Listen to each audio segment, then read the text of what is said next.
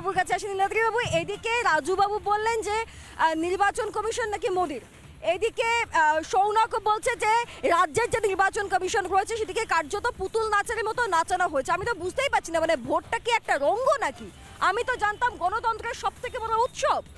না না, নিশ্চয়ই উৎসব তো বটেই। আসলে এরা কেউ মমতা বন্দ্যোপাধ্যায়ের সমস্যাটা বুঝতে পারছেন না শ্রীজিতা। মমতা বন্দ্যোপাধ্যায় এবার যে 21শে জুলাই, আগে ছিল শহীদ দিবস, এবার সেটা হয়ে গেছে রোহিঙ্গা বাঁচাও দিবস, রোহিঙ্গাদের বাঁচাতে হবে। এবার নির্বাচন কমিশন যদি স্বাধীন হয়ে যায় এবং তারা যদি ভোটার লিস্টে রোহিঙ্গাদের খুঁজে খুঁজে বার করে বাদ দেয়, যেটা অলরেডি প্রক্রিয়াটা বিহারে শুরু হয়েছে, 50 লক্ষের বেশি নাম বাদ গেছে, তাহলে তো তৃণমূল ধুয়ে মুছে 3 নম্বরে নেমে আসবে তৃণমূল। তাহলে বলছেন এই আশঙ্কা, মানে অনুপ্রবেশকারীরাই আসলে ভোট দাঁড় করিয়ে রেখেছে, মানে মমতা বন্দ্যোপাধ্যায়কে দাঁড় করিয়ে। না না, কে দাঁড় করিয়েছে জানি না। রোহিঙ্গাদের নাম যখন বাদ যাচ্ছে, সবচেয়ে বেশি চিৎকার চেঁচামেচি উদ্বেগ প্রকাশ করছেন মমতারা। রোহিঙ্গারা যতটা উদ্বিগ্ন না, আমি বলছি রোহিঙ্গা শব্দটা বারবার আসছে, মুসলমানদেরকে রোহিঙ্গা বানানোর চেষ্টা করা হচ্ছে। আসলে এই রোহিঙ্গাদের এক মিনিট বলতে দিন, রোহিঙ্গা 22,500 রোহিঙ্গা ভারতবর্ষে আছে, সেটা কেন্দ্র সরকার পার্লামেন্টে অফিসিয়ালি জানিয়েছে। স্বীকার করেছেন নাকি 14,000 মতো কেন্দ্র সরকার জানিয়েছে, নিজে স্বীকার করেছেন 10,000 ছিল, এখন 14,000 অফিসিয়ালি রোহিঙ্গা এখন কি করে যারা United Nation for high commissioner for refugee, United Nation high commissioner for refugee. Shantan, আমি একটা জিনিস বুঝি না, যাই হয়ে যাক না কেন, অনুপ্রবেশকারী থাক না থাক, অনুপ্রবেশকারী ভোট এই রাজ্যের ভোটের জন্য ম্যাটার করুক না করুক, যদি আমি স্বচ্ছ হই তাহলে তো আমার কোনো মাথা ব্যথা নেই। যা হচ্ছে হোক, আমি বাধা কেন দেব?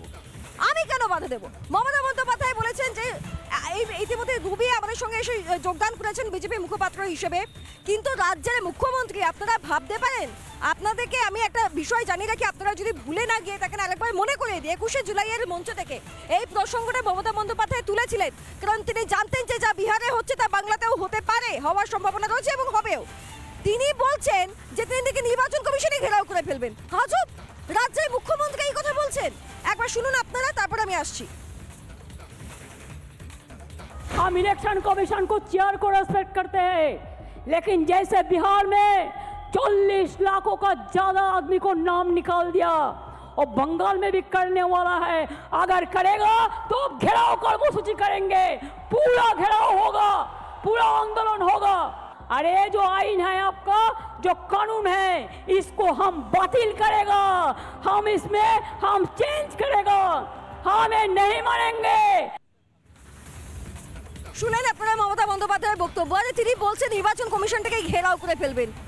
কেউ একথা বলে? মানে রাজ্যের মুখ্যমন্ত্রী দাঁড়িয়ে কখনো একথা বলতে পারেন? রাজ্যের মুখ্যমন্ত্রী মনে করেন ওনাকে? উনি তো মূর্খমন্ত্রী না হলে অবৈধ অনুপ্রবেশকারীদের জন্য এভাবে উনি কথা বলতে পারে? এখানে যদি পশ্চিমবঙ্গে অবৈধ অনুপ্রবেশকারীদের চিহ্নিত করা হয়, বিহারের থেকে অনেক বেশি পরিসংখ্যা বেরোবে, প্রায় 1 কোটির মতো বেরিয়ে যাবে। এই 1 কোটি ভোট উনি ভাওতাবাজি করে ভোটটাকে দিয়ে উনি পদের মধ্যে রয়েছে, মুখ্যমন্ত্রীর পদে। এটাই চাইছে না যে আগামী দিনে রোহিঙ্গারা এখান থেকে বেরিয়ে যাক, কিন্তু ভারতবর্ষ তো ধর্মশালা নয়। নানা ধরনের কন্টেন্ট দেখার জন্য লাইক করুন, শেয়ার করুন আমাদের ফেসবুক পেজ, সাবস্ক্রাইব করুন আমাদের ইউটিউব চ্যানেল। পাশাপাশি অন্যান্য ব্রেকিং নিউজের জন্য অবশ্যই চোখ রাখুন রিপাবলিক বাংলায়।